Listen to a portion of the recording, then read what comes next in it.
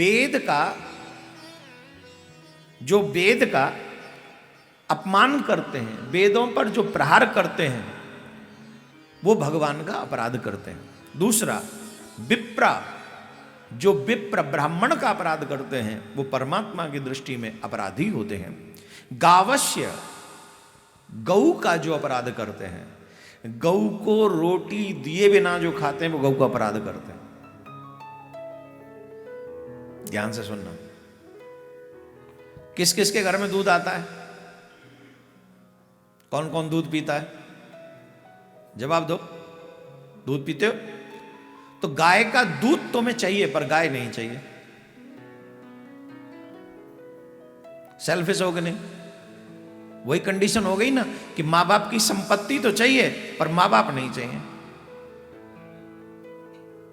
जैसा तुम व्यवहार धर्म के साथ कर रहे हो, वैसा ही व्यवहार तुम्हारी संतान तुम्हारे साथ कर रही है, ये भूलना नहीं। जैसा व्यवहार आप धर्म से करते हो, भगवान से तुमको चाहिए पर भगवान नहीं चाहिए, गऊ से दूध चाहिए पर गऊ नहीं चाहिए, ये ही द सेम कंडीशन हमारे बच्चे हमारे साथ करते हैं। संपत्ति तो दे दो, ये मकान वकान तो नाम कर दो, फैक्ट्री वैक्ट्री सब, लेकिन तुम्हें हम नहीं रख सकते अपने साथ में, हमारी पत्नी तुमसे खुश नहीं है। आप सेल्फिश हो तो आपकी संतान सेल्फिश है। बोए बीज बमूर के आम कहां से आए?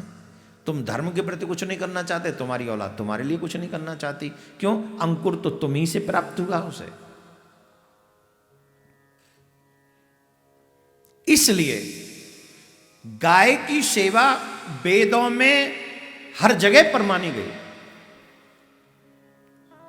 लक्ष्मी जी जब आई तो सब लोग लक्ष्मी जी की चाह में थे।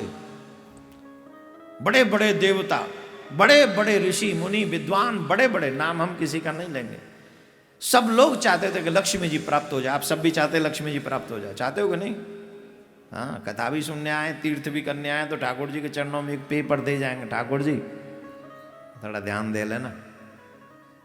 अब हम भी अर्जी लगा ही रहे ना आप सबके साथ, अजंता जनार्दन है, हम भी कह रहे हैं महाराज 31 तारीख को रजिस्ट्री करवानी है, जागो हे कृष्ण प्रेमी हो, गौ प्रेमी हो, जागो जागो। कई लोग कहते कथा सुनाओ, जागाने की बात मत करो, है ना। कई लोग कहते चुप लगा जाते, कई तो सुन के भी हाँ ठीक है ठीक है, हर बार तो यही करते हैं, कई बार चुप लगा जाते हैं। कई लोग कहते हैं अरे नहीं नहीं महाराज कह रहे हैं, नहीं नहीं हम सबको करना चाहिए, अरे महाराज गौचारा का बड़ा पुण्य है, बड़ा ही है। तो कई लोग कर भी रहे हैं। जैसे मैं तो गौ माता से, कामधेनु सुरभि से प्रार्थना करता हूँ, गोपाल से प्रार्थना करता हूँ। जिन लोगों ने भी गौ सेवा के लिए कार्य किया है, हे गोविंद इन्हीं 5-6 दिन में उनके भंडारे खूब चकाचक भरो, जिससे 31 से पहले फिर कुछ हो, है ना। तो कई लोग इसको टाल भी देते हैं सुन के, लेकिन लक्ष्मी सबको चाहिए। अब ध्यान से सुने, एक बार लक्ष्मी जी गई गौओं के पास, सुरभि इत्यादि, कामधेनु गाय इत्यादि के पास में, बोले हम आप में वास करना चाहते हैं, आप हमें स्वीकार करें। गौ माता ने कह दिया हम तुम्हें स्वीकार नहीं करेंगे। तो लक्ष्मी जी को लगा कि देखो बिना बुलाए कहीं जाना नहीं चाहिए, पूरे संसार में सब लोग हमें चाहते हैं, बड़े बड़े देवता हमको चाहते हैं,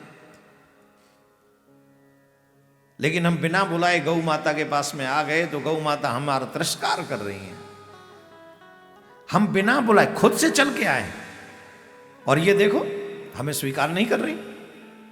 तो उनको लगा कि हमने खुद से चल के गलती कर दी, परंतु फिर भी निवेदन किया कि देखो आप गौ माता हैं, आपके पास हम एक भाव लेकर आई हैं, तो आप हमारा ऐसा तिरस्कार तो मत कीजिए। हमें दुनिया चाहती है, हमारा दोष क्या है, आप हमें स्वीकार क्यों नहीं करना चाहते? तो गौ माता ने कहा देखो तुम में कुछ कमियां हैं। क्या कमी है? बोले एक तो तुम जहां जाती हो वहां रुकती नहीं।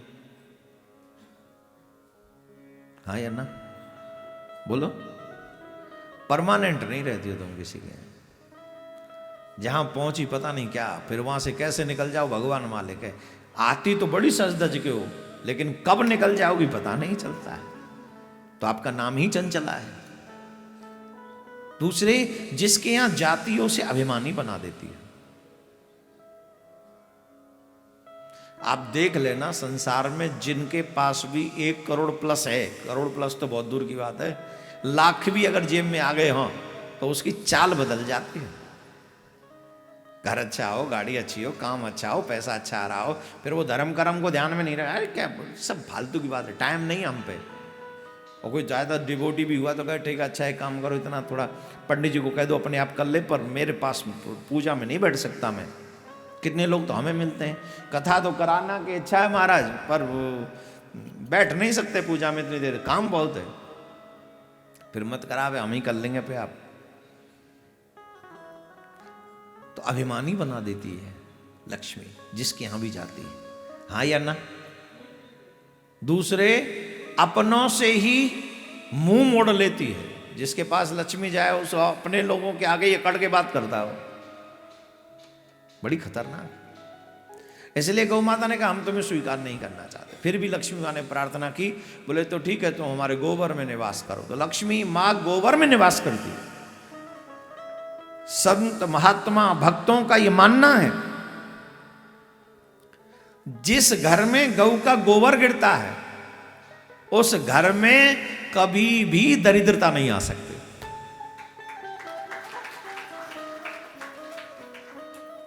मैं आपसे एक प्रार्थना अवश्य करूंगा, अगर तुम गाय नहीं रख सकते तो गाय, देसी गाय के, जर्सी गाय के नहीं, एक जर्सी गाय भी आती है उसकी हम कोई गारंटी नहीं ले रहे, जर्सी गाय के नहीं होने चाहिए, देसी गाय के कंडे पे रख के गूगल और कपूर, बहुत साधारण सा उपाय है, बहुत साधारण सा उपाय।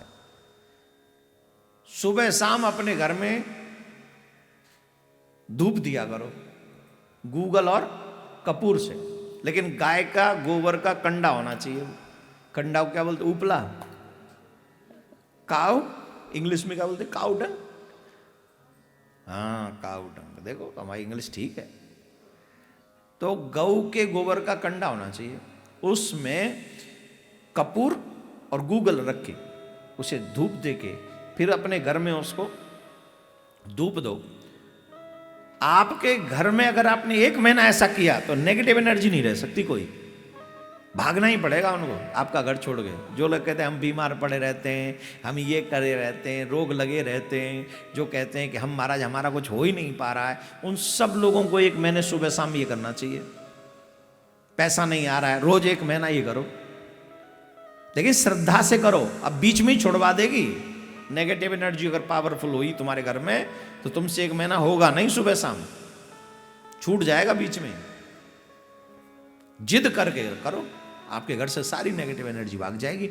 और जब 1 महीना कर लो तो हर दिन सुबह या शाम 1 बार कर लिया करो, कुछ जाना ही नहीं। हाँ, बड़े बड़े शहरों में गाय का गोबर का कंडा महंगा है, गूगल और कपूर तो मिलेगा, वो कंडा कहां से आएगा? तो हम फिर कह रहे हैं जिस घर में गाय का गोबर गिरता है वो घर कभी दरिद्री नहीं हो सकता। लेकिन ये समझ के गाय का पूजन हो कि ये साक्षात लक्ष्मी जी गाय के रूप में हमारे यहाँ विराजमान है, नारायण विराजमान है, 33 करोड़ देवी देवता। तो गाय का अपमान नहीं होना चाहिए। अब हमारे घरों में तो कुत्ते पाले जा रहे हैं, गाय का तो अपमान ही तो है। गाय की जगह अगर माँ बाप की जगह कोई पड़ोसी को रख ले तो बताओ ईमानदारी से कैसा लगेगा आपको? जवाब दो, जवाब दो। नहीं पड़ोसी तो मैं फिर भी बहुत बड़ी बात कह रहा हूं, कुछ और कह दूं तो हाँ, इस बात से बात समझ में आ जाएगी। अपने माँ बाप को घर से निकालते और अपने सास ससुर को घर में ले आए।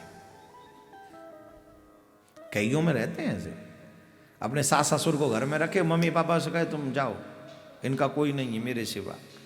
मम्मी बोली मेरा भी तो कोई नहीं तेरे सिवा। बोले आई डोंट केयर। अब बताओ मम्मी को पापा को कैसा लगेगा? जोर से बोलो, क्यों लगेगा खराब? वो भी तो उनकी पत्नी की मम्मी है, तुम्हें क्यों खराब लग रहा है? भाई जिसका स्थान जहां है वहीं शोभा पाता है। तो हमारे सनातनियों के घर में गाय को स्थान दिया गया है और गाय से अब हमें प्रेम नहीं रहा है। कहने को बोलने वाले बहुत बोलते हैं गौ माता की जय, गौ माता की जय, गौ हत्या बंद हो। आज तक हुई क्या? जवाब दो, हो गई गौ हत्या बंद? हो गई? अभी कुछ गौ रक्षक हमारे पास आए थे, आज भी अभी भी आए थे। वो बताते कि यहां से रातों रात में ट्रक निकलते हैं गऊ भर भर के। कहां से बंद हो गई, कहां है? तो ये कहने की बात है, जिस गाय की रक्षा हम सब सनातनी न कर सके, ये आजादी के बाद ही तो गऊ की ये दुर्दशा हुई, तो ये अपमान है कि नहीं? तो जो गऊ का अपमान होते हुए देखें, गऊ पालने वाले सनातनी अगर कुत्ते पाले तो ये अपमान नहीं है गऊ का? तो हम भगवान की नजर में अपराधी हो जाएंगे।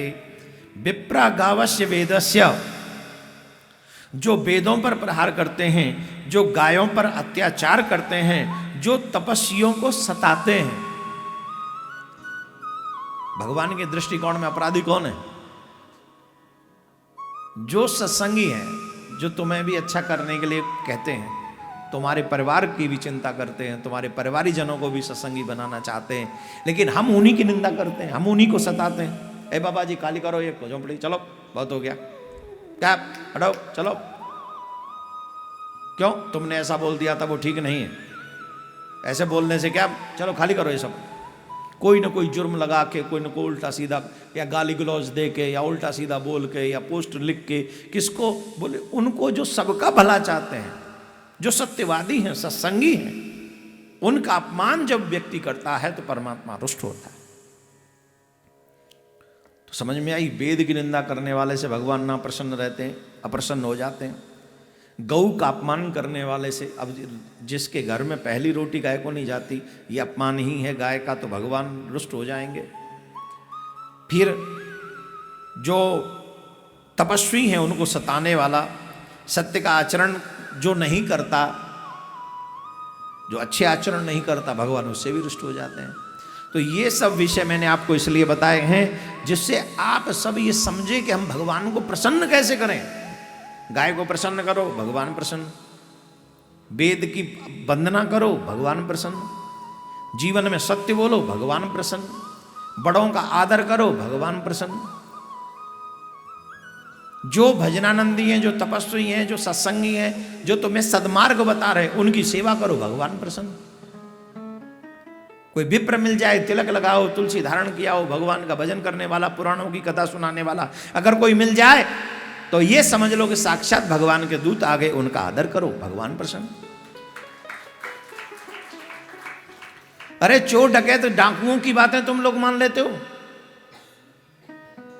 और पुराणाचार्यों की बात नहीं मानते हो, अपने गुरुजनों की बात नहीं। गुंडे लफंगे जो बेकार की बातें सड़क पे चौराहे पे खड़े होके ड्रंक करते हैं, स्मोक करते हैं, उल्टी सीधी गाड़ियां चलाते हैं, उनको तुम अपना दोस्त कहते हो और उन्हें उनकी बात मानते हो, उनके बताए हुए गलत रास्तों पे चलते हो। लेकिन जो कोई गुरुजन व्यासपीठ पर बैठकर तुम्हारे हित के लिए कहे कि झूठ मत बोलो, तुम कहते हो अरे जाओ, वो कहे तिलक लगाओ, अरे गुरु जी क्या तिलक लगाए, लोग हंसते हम पे। लो, जो तुम्हारे हित की बात करे वो तुम्हें बुरा लगता है, जो तुम्हारे अनहित की बात करे, कर्म करवाए, वो तुम्हें अच्छा लगता है। इसी को कहते हैं कलयुग का विवेकहीन व्यक्ति। विवेकहीन उसी को कहते हैं जो अच्छे को बुरा समझे और बुरे को अच्छा समझे। समझो उसकी बुद्धि भ्रष्ट हो गई, उस पे कलयुग सवार हो गया, अब इसका पतन निश्चित है। 84 के चक्कर से इसको कोई बचा नहीं सकता। राधे राधे बोलना पड़ेगा।